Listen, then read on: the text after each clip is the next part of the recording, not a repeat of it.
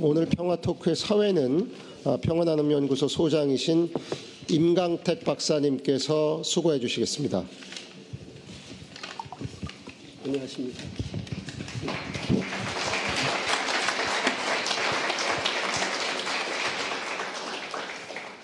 지금부터 한반도 평화와 종교의 소명이라는 주제로 평화토크를 시작하도록 하겠습니다.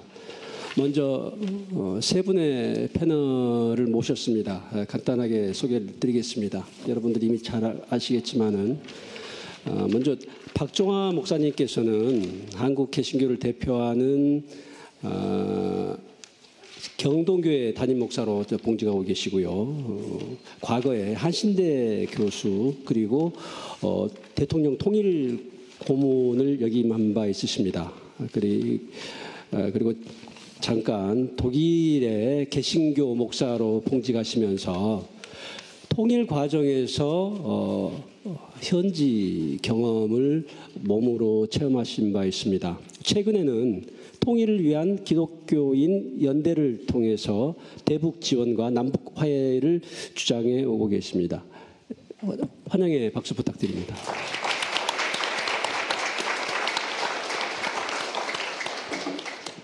다음은 법륜 스님이십니다. 여러분 다 잘 아시겠지만은 최근에 아주 호응이 좋은 증문즉답 법회로 유명하신 불교계의 대표적인 통일운동가로 손꼽히시는데요. 대북 지원 그리고 좋은 법들과 평화재단 등을 통해서 활발하게 북한에 대한 인도적 지원, 남북 화해를 추진해 오고 계십니다. 특히 2008년에는 아사자가 발생한 북한에 대한 지원을 호소하면서 70여일간 단식을 단행하셔서 사회에 많은 울림을 주신 바도 있습니다. 최근에는 북콘서트, 청춘 콘서트, 그리고 청년 리더십 아카데미 등 다양한 강연 활동을 통해서 사회에 큰 울림을 주고 계십니다. 법륜스님 감사합니다.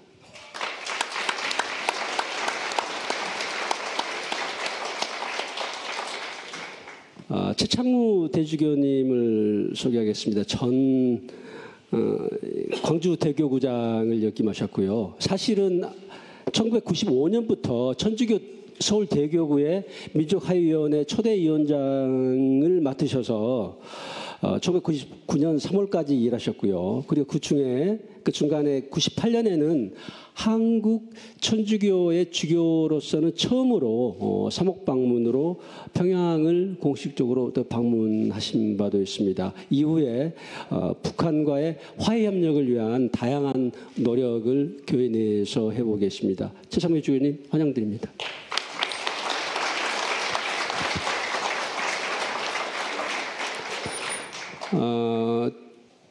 평화토크는 저희들이 한 70분 정도 시간을 부여를 받았습니다.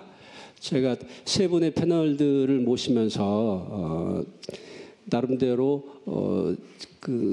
유용한 토론과 발표를 위해서 세 가지 소주제를 드렸습니다. 첫 번째 주제는 한반도 평화 상황에 대한 전반적인 진단을 한번 해주십사라고 요청을 드렸고요. 그리고 그 다음에는 한반도 평화가 왜 잘 이루어지지 않고 있는지, 무엇이 한반도 평화를 가로막고 있는지 그 부분에 대한 성찰을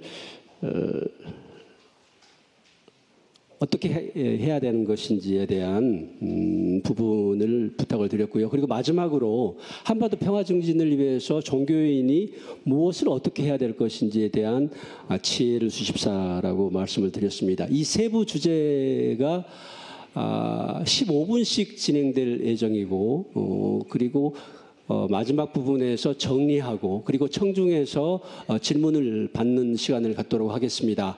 여러분들이 입장하시면서 받으신 질문지를 활용하셔서 간단하게 질문을 적으셔서 저희 스태프들한테 주시면은 마지막 저희들 남은 시간을 잘 활용해서 좋은 답변을 듣도록 하겠습니다. 그러면은 가나다 순으로 진행을 한다는 점에서 박종화 목사님한테 먼저 아까 말씀드린 한반도 평화 상황에 대한 진단을 어떻게 내리고 계시는지 지혜를 부탁드리겠습니다. 네, 저희 나라는 평화 그러면 반드시 통일하고 연관된 평화를 말합니다. 그러니까 분단이 아닌 나라가 말하는 평화와 분단국가의 평화는 같은 말인데 조금 다릅니다. 그러면 평화 상황이 어떠냐고 물으셨는데 통일 상황이 나쁘면 평화 상황이 그만큼 나쁩니다. 그건 사실이고요. 그래서 평화를 증진시키기 위해서 일단 남북 간의 통일의 과정과 통일 작업을 성실히 해서 그것이 평화를 이루어야 된다는 뜻 같고요. 또 하나는 저 개인 생각입니다만 저는 통일 지상주의자는 아닙니다. 통일이 모든 것에 만병통치다 그런 생각은 안 하고요. 통일은 반드시 지금이 아닌 통일된 우리 조국의 평화를 담보하는 통일이어야지 평화 담보하는 통일을 주장하는 것은 저는 옳지 않다고 생각합니다. 이 논란이 우리 사회에 여전히 있습니다. 그래서 여러분께서 한번 토론해 보시고 평화와 통일의 상관관계를 좀 폭넓게 그러나 명확히 짚어볼 필요가 있다 이런 생각이 들어갑니다. 마지막 하나 테마는 뭐냐면 요즘에 와서요 한반도 분단이 유세에 의한 분단이라 하는 데 대해서는 별 이해가 없을 것 같습니다. 그 말은 유세가 한반도로 들어왔던 유세가 한반도 통일에 순기능을 행사해 줄 수 있어야 통일에 진척이 있을 텐데 현재로 봐서는 주변 국가가 한반도 통일을 반대하는 건 아니라 한반도 통일이 별로 긍정적인 시도를 보내는 것 같지 않아서 좀 걱정입니다. 그 책임은 우리 남북 한에도 있고요. 또한 한반도 둘러싼 강대국의 자기들 국가 이익과 관련된 주변 상황도 있다고 생각합니다. 그래서 과거에는요 남북 결단을 할 수 있다 이랬는데 갈수록 남북 결단 더하기 주변 국가와의 아까 동북아 차원에서의 연대, 동북아 전체 차원에서의 평화 여기에 대한 담보와 대책을 주변 국가에 주지 않으면 한반도 통일이 어렵겠다. 근데 한동안 잘 되는 것 같다. 지금은 또 이렇게 사이클이요. 올라갔다가 내려갔다 그러는데 제가 우리 최대중교님 민당 95년도 할 때는 굉장히 올라가서 신나는데 지금 보니까 또 확 내려갔네요. 이 사이클이 왔다 갔다 하는데 지금은 좀 내려간 상황이 아닌가 생각을 합니다. 예, 그러면 이어서 본유수님께서는 평화라는 측면에서 현재 한반도 상황을 어떻게 보시는지 말씀 부탁드립니다. 네, 먼저 오늘 평화나눔연구소 개소를 진심으로 축하드리고요. 우리 한국 천주교에서 이런 평화나눔연구소를 개소한 것은 기쁜 일이지만은 좀 늦었지 않았나. 좀 더 일찍이 개소해서 한반도의 평화가 지금처럼 이렇게 나빠지지 않도록 더 역할을 해줬었으면 좋겠다. 그런 말씀을 드리면서요. 저로서는 기쁘게 축하드리며 한반도가 분단될 때는 소위 세계가 미소라고 하는 양강대국의 대립이 격화되고 있고 우리는 그 희생자가 됐습니다. 또 한국전쟁이 일어날 때도 사실은 강대국의 대리전쟁 비슷한 양상을 보였습니다. 그 이후에 소비에트가 몰락을 하고 붕괴를 하면서 이 세계 질서는 유일 초강대국 미국에 의해서 세계 평화가 유지됐고 우리는 그런 초강대국인 미국과 동맹관계를 맺고 있었기 때문에 작은 분쟁들이 끝없이 있어도 전쟁이 일어날 위험은 없었다. 즉 갈등이 있는 가운데도 평화가 유지될 수가 있었습니다. 그런데 지금 다시 한반도에 전쟁이 일어날 위험이 있다. 전쟁의 그 가능성이 조금 더 높아졌다 하는 문제는 바로 동아시아의 주변 정세가 바뀌었기 때문입니다. 다시 말하면 중국의 부상으로 인해서 미중이 협력도 하지만은 경쟁 관계가 갈수록 점점 치열해지고 있다. 중국은 자기 힘에 걸맞는 세계적 역할을 하고 싶어 하고, 미국은 과거에 자기 패권, 자기 영광을 그대로 유지시키고자 하는 이 둘 사이에서 갈등하는 갈등이 발생을 하고 있습니다. 옛날 같으면 대부분은 이것은 전쟁으로 결판이 났습니다만은 오늘날은 아직 그렇게까지 발전을 하지 않고 점점 갈등이 심화되고 있다. 그런 면에서 일본은 미국과의 협력, 미일 동맹을 통해서 자신의 국가 위상을 지키려고 하고, 또 러시아는 잃어버린 옛 영광을 되찾으려고 하고, 북한은 오직 자기 체제 유지, 생존을 위해서 수단 방법을 가리지 않고 살아남으려고 하는 이런 각각의 이해관계가 충돌하면서 남북 간의 갈등이 점점 심해지고 있지 않느냐. 이럴 때 대한민국은 도대체 국가 목표가 뭐냐. 이것이 제가 볼 때는 좀 불분명하다. 지난 50년, 여 년간 우리가 피땀 흘려서 형성해 온 우리들의 재산과 인명을 온전하게 지키려면 어떤 이유로든 한반도에 다시는 전쟁이 없어야 한다. 이게 확고해야 됩니다. 그리고 또 지금까지는 분단 상태로만으로도 성장이 가능했고 어느 정도 번영이 가능했습니다만은 현재 주어진 국내외적인 조건은 분단 상태로는 더 이상 국가 발전을 모색하기가 굉장히 어려운 국면에 놓여 있다. 북한은 체제 붕괴 위험에 놓여 있고 남한은 성장의 한계를 노출하고 있다. 그러면 이 문제를 풀어내려면 바로 통일만이 어쩌면 유일한 해법이다. 이렇게 볼 수 있는데 남북 양쪽 다 그 부분에 있어서 뚜렷한 어떤 국가 비전을 갖고 있지 못한 거 아닌가. 그러다 보니까 요즘 일어나는 현상처럼 한쪽은 미국의 요구에 끌려가고 한쪽은 중국의 요구에 끌려가고 이러지도 저러지도 못하는 이런 엉거주춤한 모습. 즉 이 사이에서 적극적인 평화를 유지하고 통일을 추동해내야 되는데 오히려 강대국의 하위 변수가 돼서 이렇게 끌려다니는 이런 것이 우리 민족의 장래에 큰 불행을 초래할 위험이 있지 않느냐.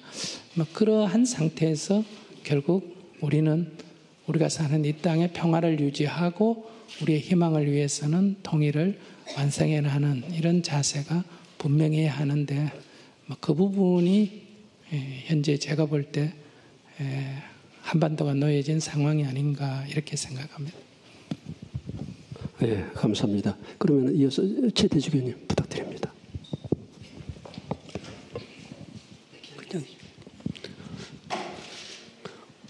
세 번째 토론자는 반복을 안 할 수가 없습니다. 그런데 염추경님의 기조연설이나 지금 우리 박 교수님, 또 우리 법률스님의 말씀 그냥 다른 소리로다가 한다고 생각하시면 좋겠는데 지금 이야기 들으니까 전체적인 상황에서 작년에 안병영 교수님, 그 전에 교육부 장관 2번이나 하신 그분이 민족화해학교 때 기획하시고 교무 일을 봐주셔서 제가 했는데 근데 그 책이 왜 오지리 모델인가 하는 책을 쓰셨습니다. 그걸 참조하신다면은 열강 안에서 오지리 제국의 영화 꿈이 있었지만은 2차 대전 이후에 그래도 통일된 독립국가로서 오지리 모델은 한반도와도 유사하지 않겠는가 해서 왜 오지리 모델인가 책을 쓰셨습니다만은 여러분들이 그 책을 저 선전하는 건 아닙니다만은 좋은 책 중에 하나니까 꼭 한번 참고해 보시고 저도 건망증이 있을 것 같아서 좀 원고로다 조금 한 5분짜리를 준비했습니다. 우선 통일이라는 단어를 없앴으면 하는 유감이 있습니다. 통일이라는 단어에는 힘이 들어갑니다. 북진 통일 아니면 적화 통일입니다. 통일은 통치자들의 용어입니다. 우리가 이미 하나인데 무슨 통일을 한다는 얘기입니까? 무엇을 위한 통일입니까? 통일한 용어 없애고 우리가 하나인 것을 확인하면서 하나이지 못하게 하는 요소들을 제거한다면 하나는 드러날 겁니다. 우리가 민족이 하나라고 한반도 누가 뛰어갑니까? 멀쩡한 땅에다가 경계선 붙이고서 원한 관계로만 유산을 가지고 있는데 통일한 단어 없어지면 좋겠어요. 이건 통치자들이 욕심이 아닌가 저는 생각해서 가능한 좋은 교인들은 통일 단어 안 썼으면 하는 게 그냥 조금은 소명입니다. 그래서 첫째, 둘째, 셋째 이렇게 써봤는데 우리는 70년 통일의 삶을 선택할 수도 있었고 통일의 길을 걸을 수도 있었습니다. 우리 민족은 일제강점기에 중국의 임시정부를 수립했고 꾸준히 독립운동을 전개했으며 조직도 강화했습니다. 그러나 2차 대전이 갑자기 끝나는 바람에 우리를 지배했던 강점을 했던 세력은 패망하고 그때 당시에 실세들인 미소는 한반도를 분할 점령했습니다. 그러면서 신탁통치로서 우리가 미숙했기 때문에 했습니다. 그러나 번연히 우리 임시정부가 있었음에도 불구하고 우리나라는 남북이 공이 영접하지 못했고 민족주의자들은 양쪽에서 다 처형을 했습니다. 총탄에. 둘째, 이 시기에 유엔 감시하에 자유총선을 실천한다고 했습니다마는 신생국가의 탄생을 시도할 수 있었음에도 불구하고 남북 양 진영은 상해 임시정부 요인을 추대하거나 귀국시키는 것이 지연된 것으로 더러 역사가들은 얘기를 합니다. 1948년 다행히 우린 남한 단독으로 자유총선을 해서 대한민국을 설립했고 그해 가을에는 유엔에 등록해서 세계 일원으로서 국가가 되었습니다. 그런데 그 선수 치려고 이북은 한 달 전에 또 이제 독립국가로서 이걸 다 했고 다행히 1992년도에 남북 동시 가입을 했습니다. 그래서 했지만 그동안에 바로 통일이라는 이념은 다 반대를 안 했기 때문에 누구 중심으로 통일을 해서 1950년부터 53년 민족 상잔의 아픔이 시작됐고 그 피폐함은 오늘까지 유산으로 지키면서 원한 관계만 유지하고 있고 유산으로 가지고 있습니다. 실제로 그때 피해를 주고 피해를 입히고 상처를 해준 사람들은 아까 염추경님 말씀대로 8%도 지지 않았는데 그 유산은 120% 지금 살리고 있어요. 이건 말도 안 되는 소리입니다. 그래서 휴전이라는 것, 그러나 휴전 한번 생각해 보십시오. 독립국가인 남한 대한민국은 휴전 협상에 정식 멤버가 못 됩니다. 이북과 중공은 전투한 사람들로서 당당히 휴전 협상에 들어갔지만은 유엔군을 대표하지만 실제로 미국이 휴전 있고 오늘까지도 우리는 이북이 상대로 취급 안 하는 이유가 법적으로는 있습니다. 우리는 휴전의 상대가 못 된다는 거 우리가 알아야 돼요. 그런데 왜 우리가 바보같이 그 원한만 유산을 하고 평화교육을 안 시키고 있습니까? 이건 우리가 반성해야 됩니다. 그래서 마지막으로 이 휴전선이 살아있는 한 한반도의 평화는 영원합니다. 통일이라는 따옴표입니다. 개념에는 늘 힘의 논리가 작용하고 있고 정치적인 의도가 숨어 있습니다. 아까 이것은 기조 강연에서도 언급하셨습니다. 흡수 통일이나 정화 통일 때문에 모르게 우리의 소원은 통일이라고 하면서도 반통일적인 교육만 지금 시키고 있고 유산으로 간직하고 있습니다. 1981년도 조선교구 설립 150주년 때 그리스도 우리의 평화라는 슬로건으로 저희가 대회를 처음으로 전국적인 신앙대회를 했습니다. 정말 그리스도 우리의 평화인지, 왜 그리스도가 우리의 평화인지, 이건 에베소서 2장 10절에 나오는 말씀입니다. 14절에 나오는 말씀입니다.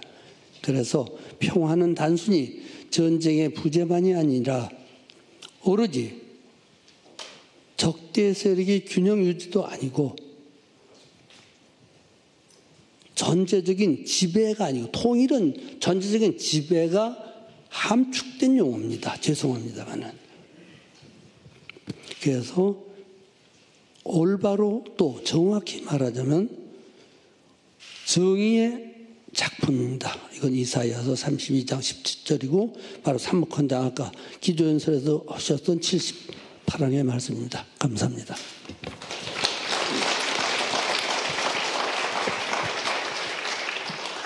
네, 이렇게 해서 한반도 평화 상황에 대한 세 분의 견해를 들어봤습니다. 다음 주제는, 그렇다면은 한반도 평화를 위협하는 요소들은 어떤 것들이 있을까? 아까 말씀을 하신 중에 국제적인 요소에 대해서도 벌써 이야기를 하셨지만은 한반도 평화를 위협하는 것은 그처럼 대외적인 요소도 있겠지만 우리 대내적인 요소도 있을 테고 우리 안에서도 많은 문제점을 찾을 수 있을 것입니다. 이 문제들에 대해서 말씀을 듣고자 하는데요. 이번에는 법륜스님부터 이렇게 해서 돌아가도록 하겠습니다. 모시겠습니다. 네.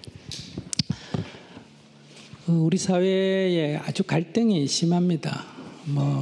세대 간의 갈등도 있고 지역 간의 갈등도 있고 노사 간의 갈등도 있고 진보 보수 간의 갈등도 있고, 이 갈등이 굉장히 많은데 이 갈등의 근저에 들어가 보면 그 갈등 가운데도 주갈등, 그 바탕이 있는데 그게 분단의 갈등입니다.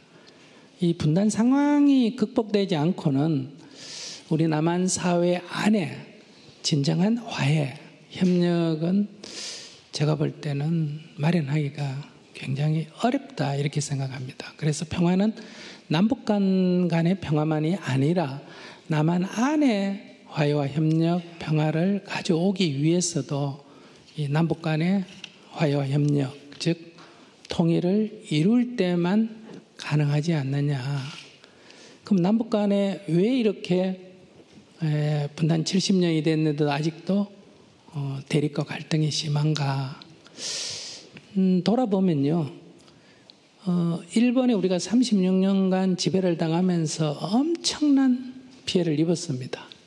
그런데도 일제의 억압으로부터 벗어난, 즉 해방 후 딱 20년 만에 한일 간의 국교 정상화를 했습니다. 그리고 지금 한일 간에는 많은 교류와 협력이 있습니다. 물론 아직도 일본은 독도 문제나 위안부 문제나 많은 문제에 있어서 과거의 반성이 부족합니다. 그럼에도 불구하고, 그런 요소가 있음에도 불구하고 한일 간의 협력은 우리에게도 이기고 동아시아의 평화를 가져옵니다. 한국 전쟁 때 중국은 100만의 군대를 보내가지고 우리에게 엄청난 피해를 주었습니다. 그런데 한중 수교한 지가 20년이 넘었고, 또 한중 간의 무역 교류액은 한미 한일을 합한 것보다도 거의 150억 가까이 더 많습니다. 이제 우리가 중국을 생각하지 않고는 우리를 얘기하기 어렵다. 여기 명동에 나가보시면 알지만은 이게 한국인지 홍콩인지 어딘지 구분이 안 될 정도로 중국 사람이 거의 다 차지하고 있는 이런 정도입니다. 그러면 중국이 우리에게 한국 전쟁에 참석한 것을 반성을 했느냐? 시진핑 주석이 부주석으로 있을 때 한국 전쟁에 대해서 소위 정의로운 전쟁이었다. 이렇게까지 말을 했는데도 아무도 거기에 대해서 항의를 한 사람이 없었습니다. 그럼 우리가 이 일본하고 중국에 대해서는 이렇게 관용을 하면서 왜 북한에 대해서는 이렇게 관용을 못하느냐? 6.25 전쟁 사과해라, 지난 사과해라, 해라 이런 문제로 지금 야기되기 때문에 이 남북 간의 이 문제를 풀기가 굉장히 어렵다. 물론 북쪽에서 내려오신 분들 가족들 토지 몰수되고 가족 잡혀가고 해서 넘어왔기 때문에 원한이 있는 거 충분히 우리는 그 아픔을 이해해야 되고 또 전쟁 때 죽은 분들 원한을 이해해야 됩니다. 아무리 우리가 대의라 하더라도 개인의 아픔은 아픔이니까요. 그러나 계속 이 원한을 가지고 우리가 살 거냐? 아니면 그 원한을 갖는 것 아픔은 이해하지만은 이제는 70년이 됐으니까 이제는 우리가 그 아픔을 뛰어넘고 미래의 희망을 만들 거냐?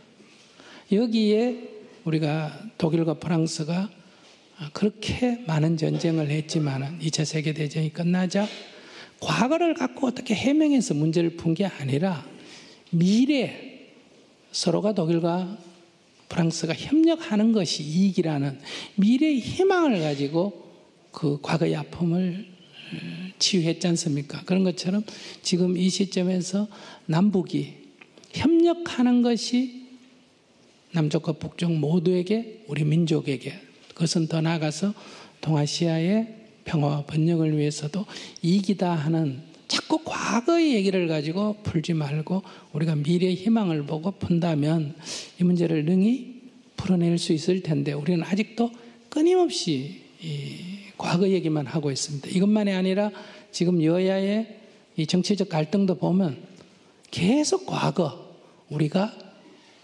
경제성장했다. 아니다. 우리가 민주화를 이뤘다. 그러니까 과거의 어떤 인물 우산 아래에서 끊임없이 옛날 얘기만 하고 계속 하다 보니까 이 갈등 문제가 해결되지 않지 않느냐. 그래서 우리의 이런 갈등 문제를 해소하려면 우리는 과거의 상처는 이해하지만은 그러나 우리가 미래를 보고 미래의 서로의 공동의 이익을 보고 나아가는 이런 자세가 된다면 우리가 이 아픔을 극복할 수 있지 않겠나 이렇게 생각해 봅니다.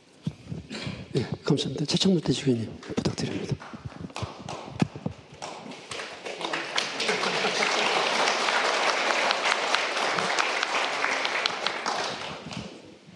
역시 스님이십니다. 포괄적이고 가득한 깊은 그 방해 요소를 지적해 주셔서 감사드립니다. 그런데 그냥 저는 한 대가 요약해서 짧게 말씀드리고 싶습니다.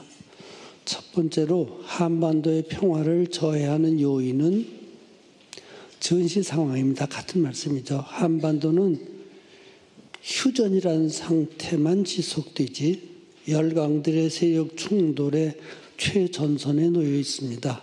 이러한 외적 요인 외에 분단의 현실로는 안보라는 유령의 이데올로기가 남한 사람들을 죄고 있다는 것도 우리가 마음을 열 수 없는 국민의 개인적인 또는 국민들의 기본적인 개인 의견의 자유를 좀먹고 있다는 것을 전 지적하고 싶습니다.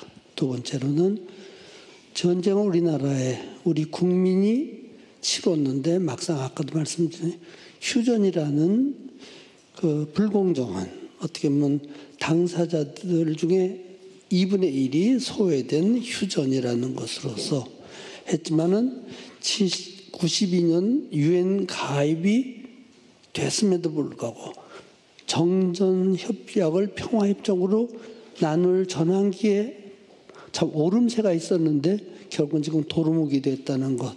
이거는 정말 우리가 반성해야 될 얘기입니다. 특히 정치인들의 욕심은 버려야 됩니다. 남북 정부 간의 세 번째는 진솔한 대화가 이루어지지 않은 상황이라는 건데 진정한 민의를 대신하는 정부라면 남북이 공히 독점적으로 평화 통일을 문제하고 장악하려고 하는 그 태도 자체가 잘못입니다. 왜냐하면 이것은 국민이요 우리 민족의 미래가 담겨 있는 건데 폭넓은 교류와 협력을 주선하기는 고사하고 오히려 갈등과 분열을 조장하는 것 감이 보입니다.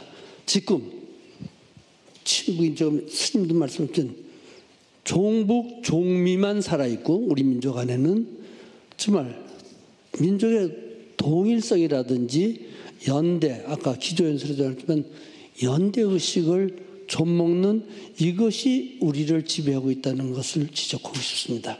그래서 양측 모두 평화 공존의 기틀을 마련하고 있지 않다는 얘기입니다. 통일 비용이니 분단 비용이니 하는 경제적인 다선을 앞세우는 우리가 한때는 이웃을 경제 동물이라고 욕을 했는데 지금 우리 대한민국의 제일 가치가 뭡니까? 결국은 타산적이고 대박이라는 단어가 조금 걱정됩니다. 그만요.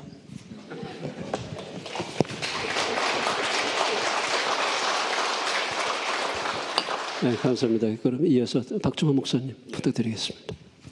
이제 두 분이 다 말씀하셔서 제가 또 반복이 됐는데 반복은 빼고 말씀 하나 드리면요. 아까 염충희 의원께서 발표하신 중에 마지막 발표하셨는데요. 기억과 희망 두 가지 하나가 발표하시잖아요. 대찬송입니다. 근데 저는 지금 생각에는 남남 갈등 극복의 우선순위는 희망에 둬야 한다. 기억을 없애자는 게 아닙니다. 6.25 전쟁의 상흔을 모른 채 하자는 게 아닙니다.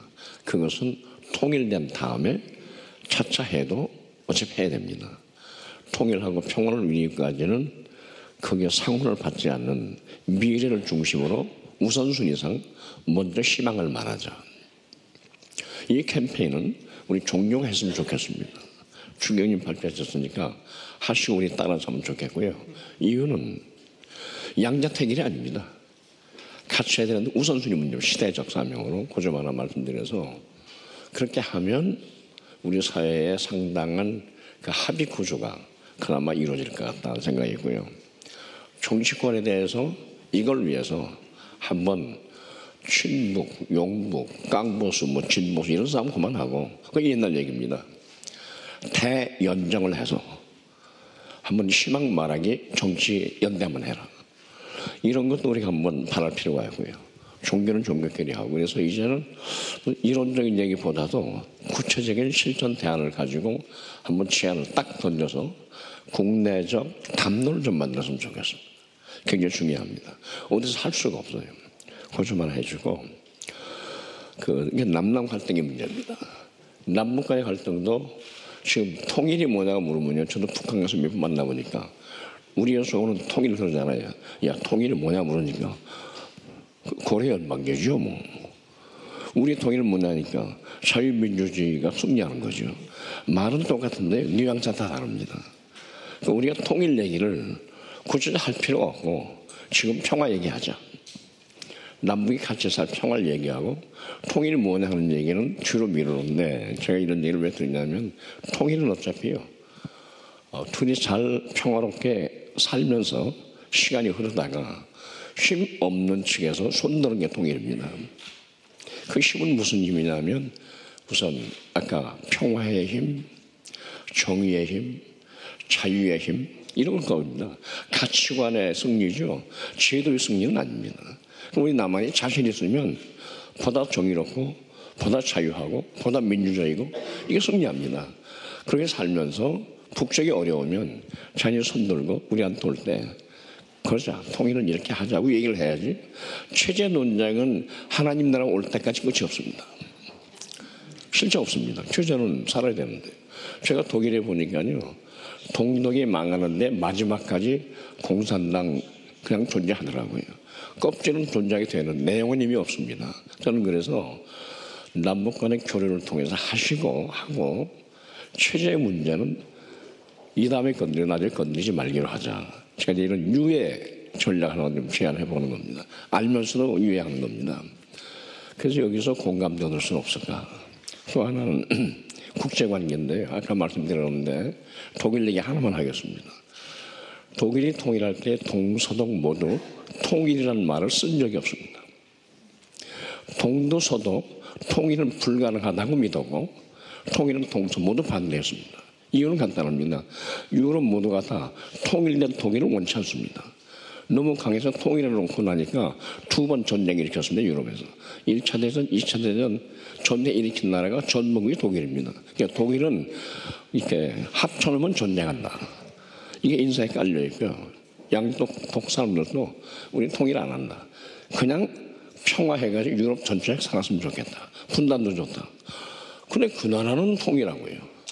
우리는 우리의 손으로 통일하는데 통일 안 되고. 이거 좀 하늘의 아이러니 아닌가 생각하는데요. 제가 한 가지만 통계 드리겠습니다. 1980년 모스크바 올림픽이었죠. 그때 자유세계가 참여를 보이콧했습니다. 84년 LA에서 올림픽이 열렸습니다. 공산국가가 전부 보이콧했습니다. 88년 서울 올림픽 때는 양쪽 세계가 다 참여했습니다. 그 우연입니까? 했는데 87년 3월 전에 87년 우리 사회는 소위 민주화가 됐습니다. 60대. 근데 그때 이 호사다마격으로 가을에 김현희 칼 폭파 사건이 있었습니다. 그럼에도 불구하고 민주화운동을 계속했습니다. 88년 잘 치렀습니다. 그랬더니 그 열매를요 우리가 받았어야 되는데 열매는 독일이 가져갔습니다. 통일을 원치 않고 평화를 원하던 독일이 89년 베를린 장벽이 무너지면서 통일을 가져가고 우리는 여전히 도루묵이 돼서 그냥 지금 상태로 계속되고 있습니다. 이게 역사의 우연인가요? 아니요. 통일을 하려면 마음을 크게 먹어야 됩니다. 내가 잘나서 좋아서 통일한다고 중요하지만요. 이웃과 함께 동북아에서 연대하여 함께 평화를 누리겠다.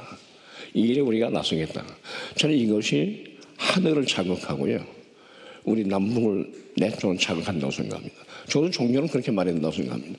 통일이 평화 어째 우리 겁니까? 같이 해야죠. 그래서 기왕에 종교가 나선 거 이런 식으로 나서봅시다. 제 생각에서요. 희망 작업을 지금부터 벌려보자. 그럼 이 장애물 받겠는데 제가 이런 용 하나 드리면 장애물을 자꾸 발로 차서 발 아프고 신발 망가지지 말고요. 장애물은 잠시 딛고 희망을 가면 어떻습니까? 없애는 말은 아닙니다. 그건 저는 민족의 지혜에 속한다고 생각합니다. 개인적으로 그렇습니다. 여기서 제가 마칠게요. 고맙습니다.